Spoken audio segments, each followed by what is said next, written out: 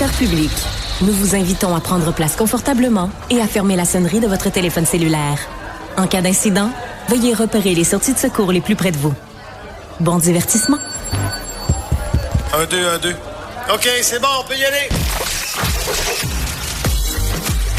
Sophie Durocher. Elle met en scène les arts, la culture et la société. Une représentation pas comme les autres. Sophie Durocher. Bonjour tout le monde, j'espère que ça va bien.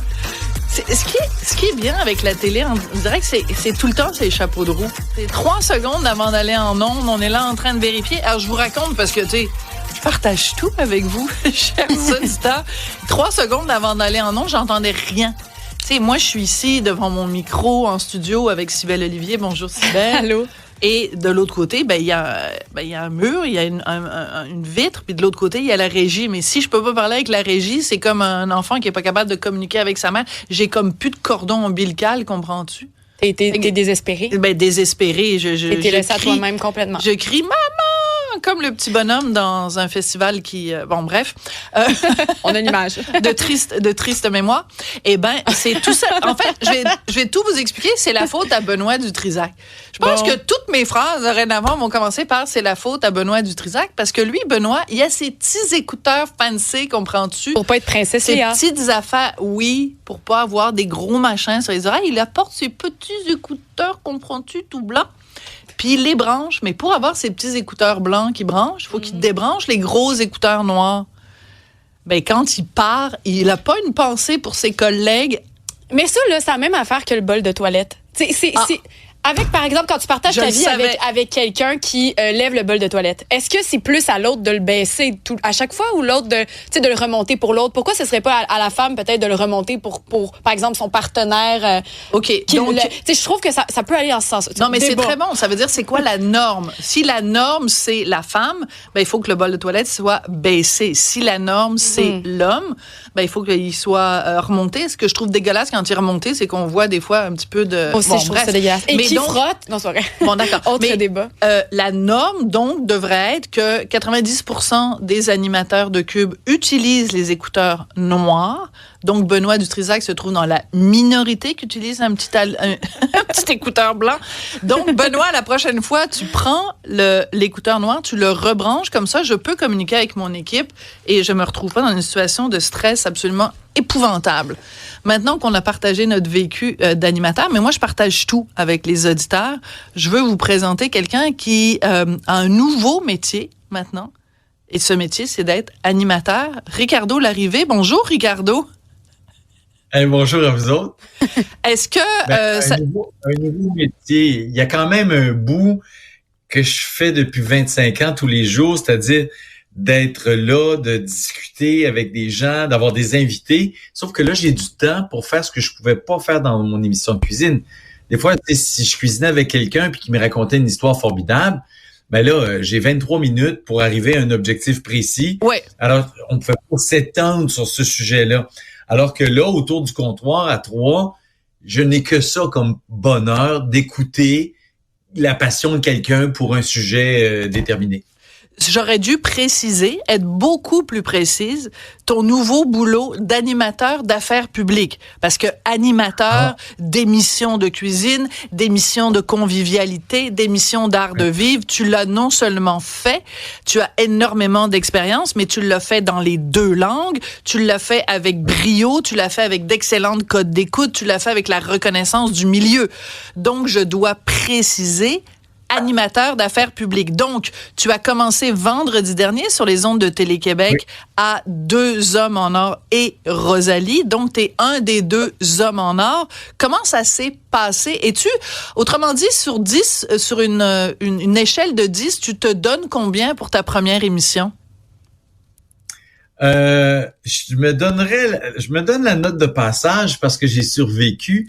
J'avais jamais été aussi nerveux depuis longtemps, mais tu sais, une belle nervosité, un stress que tu choisis, un stress qui en fait qui te pousse à te dépasser. Tu sais, je veux dire, j'ai dit oui à cet emploi-là avec la conscience de ce que ça allait amener, puis j'ai été vraiment ravi. Je dois t'avouer que quand je me suis couché vendredi passé, en fait, on enregistre le jeudi. Hein, oui. Comme moi, hier soir, on a tourné, puis je me suis couché à 1h du matin, mais l'émission 2. Mais quand je suis revenu chez moi, j'avais un blackout. Je ne me souvenais de rien. Je comprends la sensation.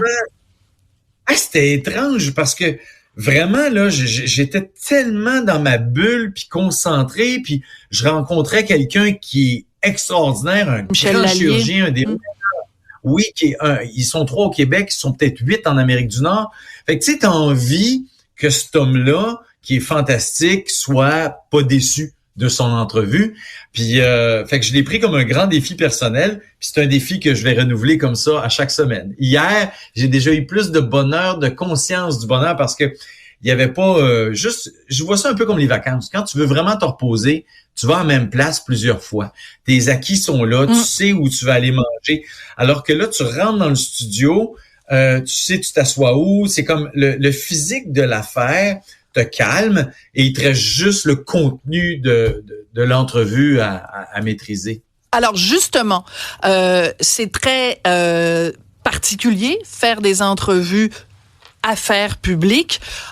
C'est quoi le meilleur conseil que quelqu'un ou quelqu'une t'a donné pour faire ce virage-là puis mener à bien des entrevues? Mettons le meilleur conseil puis le pire conseil que quelqu'un t'a donné.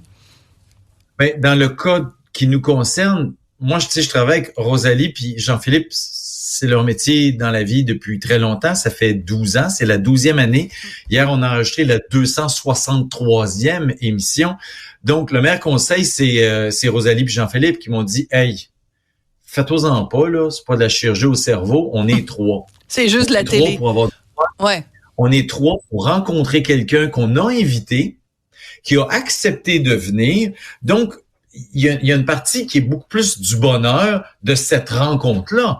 Parce que c'est affaires publiques, oui, mais c'est aussi très culturel, c'est social, c'est, tu sais, je veux dire, on veut rencontrer, je sais pas moi, le directeur, mettons, de Centraide. Ben, je veux dire, c'est pas un homme à controverse. Il vient nous raconter, je dirais, son problème face à comment je peux régler la pauvreté. Puis ça, c'est le fun de se retrouver à 3 comme ça. Mauvais conseil, il n'y a pas personne qui m'a comme donné un mauvais conseil. La plupart des gens, je sentais une curiosité qui me disait, on a bien hâte de voir comment tu vas être dans ça, comment ça va se passer. Puis, mais moi, en même temps, tu sais, tu t'en vas vers la soixantaine. Moi, je sais très bien que dans la vie, tu peux ne faire qu'une chose, c'est le meilleur de ce que tu es.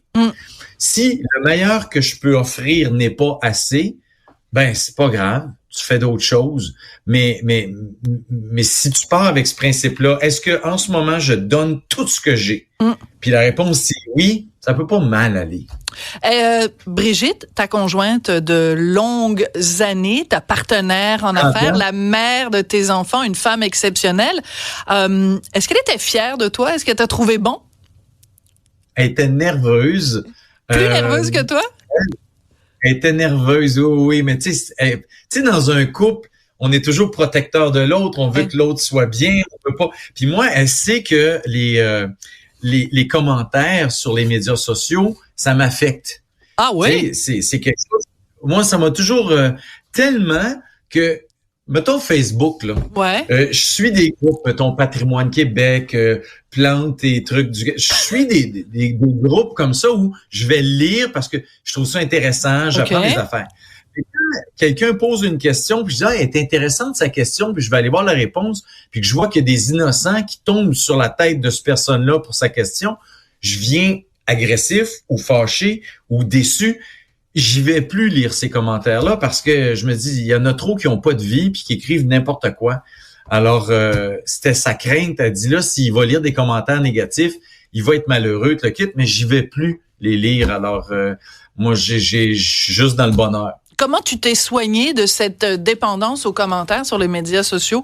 Qu'est-ce que ça a pris? Parce que ça peut être très, je pense à différentes personnalités publiques qui allaient constamment valider, parce que c'est ça qu'on cherche quand on va voir ces commentaires-là, qui cherchent une validation puis qui en ont vraiment tiré de la dépression, parce que ça peut être extrêmement violent. Comment tu t'es soigné de ça? Comment t'as dit, c'est fini, j'y vais plus? Ben, j'ai décidé d'éliminer, j'ai enlevé ça de sur mes téléphones, mon téléphone puis ma tablette. Je l'ai enlevé, puis ça veut pas dire que c'est pas important pour moi. Alors, je fais encore des vidéos, je fais des trucs pour différentes plateformes. Je la fais, puis je la donne à Alexandre, qui est le responsable de ça chez nous. Et lui, il va la mettre en ondes, il va lire les commentaires. Mon équipe, il y a une équipe chez Télé-Québec qui lit. Moi, de mon côté, j'en ai une. Puis je dis, je veux tous les commentaires. Si il y a quelque chose que je peux améliorer, si ma question est trop longue, trop courte, tout ce qui concerne le métier, que ce soit une recette, peu importe, j'aime les commentaires. On aime ça, les commentaires positifs. Mais on vit dans un métier où si tu n'acceptes pas la critique du métier, fais d'autres choses. Ouais. Puis ça, je trouve ça motivant à la limite. Tu sais, si tu me dis, Ricardo, ton entrevue, puis je l'écoute comme quelque chose de positif, même si des fois, tu sais, c'est difficile d'entendre la vérité, c'est tout le reste que ils vont m'éviter. Ils vont pas me raconter, ils ont pas aimé tes cheveux, ta chemise, tes affaires. Tout ça, pour moi, ça m'intéresse pas. Mais les commentaires où je peux m'améliorer, ça, j'ai un rapport qui m'arrive à chaque fois que je fais quelque chose de public. Brigitte, elle m'écoute, je fais quelque chose, je te parle en ce moment. Elle nous écoute, Brigitte. Elle écoute toujours tout ce que je fais. Bonjour, Brigitte. Ce matin, j'étais avec... Oui, mais puis elle va me faire un commentaire après. C'était super bien ou laisse-la parler ou peu importe. Tu sais, je vais avoir... Arrête de l'interrompre! Arrête de l'interrompre. Mais ça, je trouve ça le fun. Puis chez nous, il y a une fille, Nathalie Carbonneau aussi, chez nous, qui est vraiment aussi celle qui est le plus proche de moi pour tout ça. Elle avec... Je m'attends à avoir son commentaire le lendemain parce que le but, c'est de s'améliorer, pas développer des béquilles. Ça. Oui, ben, bonjour Ricardo Larrivée, Cybèle Olivier en studio avec Sophie. J'avais un commentaire à vous faire justement de positif que en fait on est écouté. Il y a des gens qui nous communiquent en direct et il y a quelqu'un qui nous dit, c'est Hélène de la Prairie, qui vous dit qu'elle vous a trouvé excellent à Deux hommes en or, qu'elle vous a beaucoup aimé. Alors ici à Québec, vous avez déjà une première fan. Et si tu me permets, Sophie, merci, moi j'avais une petite question pour vous aussi. Étant donné que vous arrivez dans une dynamique d'une équipe qui est déjà construite, qui travaille ensemble depuis longtemps, vous voulez arriver, j'imagine, avec une couleur, une touche, une intention. Y a-t-il quelque chose en particulier que vous voulez amener dans ce trio-là? Avec votre bagage, de ce que vous avez fait avant, justement, toutes ces années-là d'expérience, mais dans un contexte différent qu'affaires publiques. Là, vous allez amener quoi, vous, à Deux hommes en or? Avez-vous quelque chose de clair? Ben déjà, moins obsédé par les cheveux que Jean-Philippe Vautier, là. Déjà, ça va être bien. C'est épouvantable. Mais non, mais en fait, j'ai pas pensé à quelque chose que je voulais amener. Je me suis surtout dit que j'avais envie d'arriver là avec de l'humilité. Dans le sens où j'aime communiquer des informations, mais je commence quelque chose. Alors, je veux faire en sorte que les gens voient l'effort que je mets, apprécient, voient peut-être même l'amélioration au fil des semaines. Il y a une chose aussi qui est importante pour moi, toute ma vie, puis dans notre entreprise, notre mission, on s'est dit, c'est que les gens mangent ensemble, les rassembler autour de la table, famille, amis. J'ai envie d'être un élément fédérateur, être constructif autour de la table. Moi, j'ai pas envie d'être le rôle de quelqu'un un journaliste qui cherche, tu comprends, à avoir la vérité sur quelque chose. Moi, si quelqu'un vient, admettons, puis que il est controversé sur un sujet, je vais entendre sa version, je vais poser les questions, mais j'ai pas à être. Je pense que tout est dans le ton. Tout se demande dans la vie. Ouais. Puis tu sais, si tu poses la question 3 fois puis que la personne ne répond pas, on l'a notre réponse. Oui, c'est ça. Ouais. Mais en même temps, c'est ça. On sait que ça va être du Ricardo Larrivée, que t'occupes la place qui était Patrick Lagacé. Patrick Lagacé a son style, Vautier a son style, Rosalie a sûrement son style. Je veux dire, chacun a sa touche, puis bon, ça va être du Larrivée, puis du Larrivée qui va aussi évoluer. J'aimerais ça qu'on parle de quelque chose parce que j'ai lu différentes entrevues ou j'ai entendu différentes entrevues que tu as faites et quand on te parle de politique, tu dis souvent j'ai un petit côté Mario Dumont et ça évidemment comme Mario, premièrement, moi je suis aussi politiquement très Mario Dumont que j'ai toujours pleuré le fait qu'il soit pas devenu premier ministre du Québec et que en plus c'est un collègue et un ami personnel. Je veux savoir qu'est-ce que tu entends toi quand tu dis là ces mots-là, j'ai un côté Mario Dumont. C'est quoi ta définition? C'est quoi? D'où tu te situes près de Mario? Ben, c'est-à-dire que je dis toujours que je suis un mélange en différentes choses, dans le sens où je suis vraiment un social-démocrate où je suis heureux de donner une grande partie de mon salaire pour des impôts si ces impôts-là sont bien dépensés puis qui vont donner une chance égale à tout le monde pour l'éducation, la santé. Bon, ben tu dois pas être content en ce moment. Tu dois pas être content en ce moment parce que t'en donnes une méchante brassée chaque année, puis le système d'éducation est tout croche, puis le système de santé s'en va chez le diable. Oui. Absolument. Fait que oui, effectivement, des fois, je me réveille vraiment pas super content, puis je rage, mais c'est pas grave, je participe aussi à travers le Lab École, à travers différentes affaires.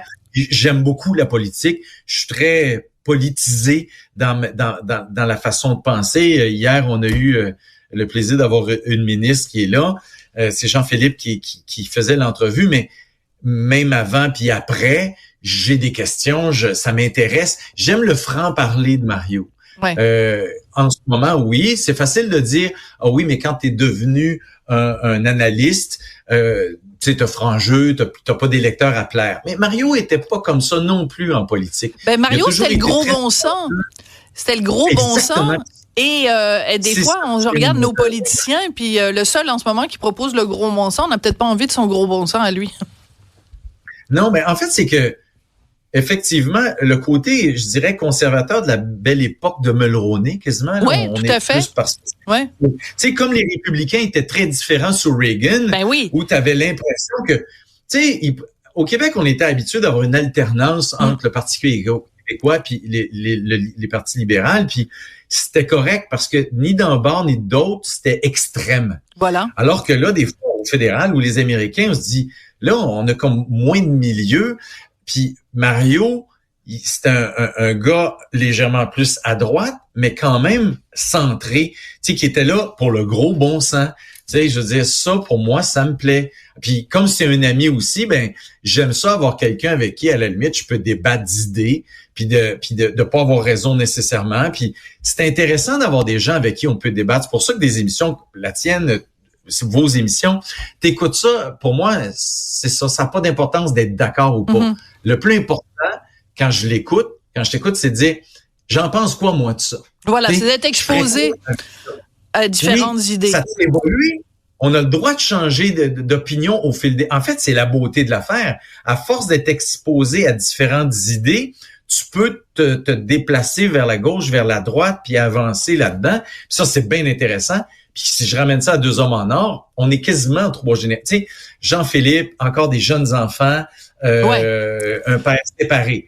Rosalie, une jeune femme brillante qui commence, qui a pas encore d'enfants.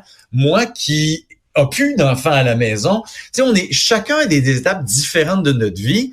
Homme-femme. Moi, je suis sur la rive sud, sont à moi. Je trouve que ça peut faire des beaux mélanges pour qu'il y ait des opinions différentes. Voilà, puis t'as pas mal de plus de cheveux blancs quand même que Jean-Philippe, fait que ça fait comme 3 générations, ça fait grand-papa, papa, et tu sais, comme les papas-ours, les 3 générations.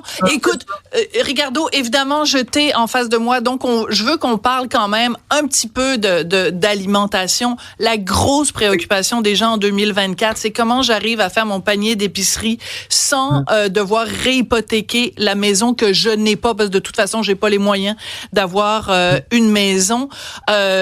Toi, à travers toutes les années de Ricardo, est-ce que tu as comme des recettes infaillibles où les gens peuvent manger pour pas cher, puis des recettes, mettons, qui traversent le temps, qui font en sorte que en 2025, on peut s'alimenter de façon équilibrée, savoureuse, puis que ça coûte pas cher? Ben, coûte pas cher, c'est difficile. Je dirais que la première chose qu'il faut savoir, c'est que la meilleure recette pour notre santé et notre portefeuille, c'est celle qu'on va faire. Déjà, si on coupe le plus possible de produits transformés et qu'on le fait, c'est meilleur pour la santé, c'est meilleur pour l'estime de soi. Et c'est drôle parce que j'ai fait un truc récemment là-dessus où justement je disais, on peut changer non seulement notre vie, mais la société en général en mangeant ensemble. Il y a moins de stress, diminution de l'anxiété, des couples plus heureux, des enfants qui réussissent mieux à l'école, ça diminue le décrochage scolaire. Il y a une liste ça de longue juste sur le manger ensemble. Ensuite de ça, sur le site, nous on voit, tu sais, c'est des centaines de millions de clics par année à travers le Canada, les États-Unis, l'Europe qui viennent sur notre site. On a beaucoup d'Américains, beaucoup d'Européens aussi, toute l'Europe francophone, même en Afrique, au Maroc, partout où il y a du français, les gens viennent sur le site. C'est pour ça qu'on l'a vraiment fait un vrai métrique maintenant, parce que on voulait être sûr que tous ceux qui viennent de l'extérieur du Québec puissent avoir accès à nos recettes. Donc, on voit les gens mangent quoi exactement? Ben, le bœuf n'est même plus dans le top 10 des protéines qu'on va manger. T'es pas sérieux? Le bœuf est même plus là. Le tofu est dans le top 3 maintenant. Mais ça, c'est un changement énorme par rapport à quand tu as commencé. Énorme, là. Tu sais, je veux dire, alors, quand tu dis, OK, le tofu, pourquoi? Ben, parce que tu peux l'émietter, le faire griller, ça te fait un tacos pas mal moins cher qui a le même plaisir, ou des fois de faire un moitié-moitié. Tu sais, moi, j'aime beaucoup la viande hachée. Je suis un gars qui aime beaucoup toutes les viandes hachées parce que souvent, c'est moins cher. Ça peut aller autant en boulettes qu'en asiatique, qu'en ce que tu veux en termes de saveur. Tu peux bien mélanger, par exemple, un tofu bien émietté, là, un ferme défaite, avec ta viande hachée. Tu coupes ta protéine animale de moitié. C'est moins cher, mais tu as tout le côté protéiné parce que c'est important d'avoir de la protéine, sinon tu as faim. Qu'on sente pas. Tu sais, les enfants, quand tu étudies, je dis enfants, peu importe qui, dans ton lunch, ça te prend des protéines. Alors ça, on le voit qu'il y a une grosse poussée et les gens considèrent plus le tofu comme un truc granola. Alors maintenant, c'est le sétan. Le sétan, c'est l'affaire granola. Ouais, le sétan puis le tempeh, là. Non. Alors, j'ai beaucoup aimé ton petit lapsus. T'as dit tofi au lieu de tofu. C'est comme un tofu au caramel. Alors, ici, Tofi du Rocher qui te dit merci beaucoup, Ricardo Larrivée. C'est toujours un plaisir de te parler. Je t'embrasse. Et puis, on va continuer à t'écouter le vendredi à Deux Hommes en Or et aussi à continuer à te suivre de toutes les déclinaisons de Ricardo, parce que t'es quand même actionnaire minoritaire. Tu continues quand même là-dedans et tous tes beaux projets. Merci, je t'embrasse. Merci à vous deux. Merci, bye bye.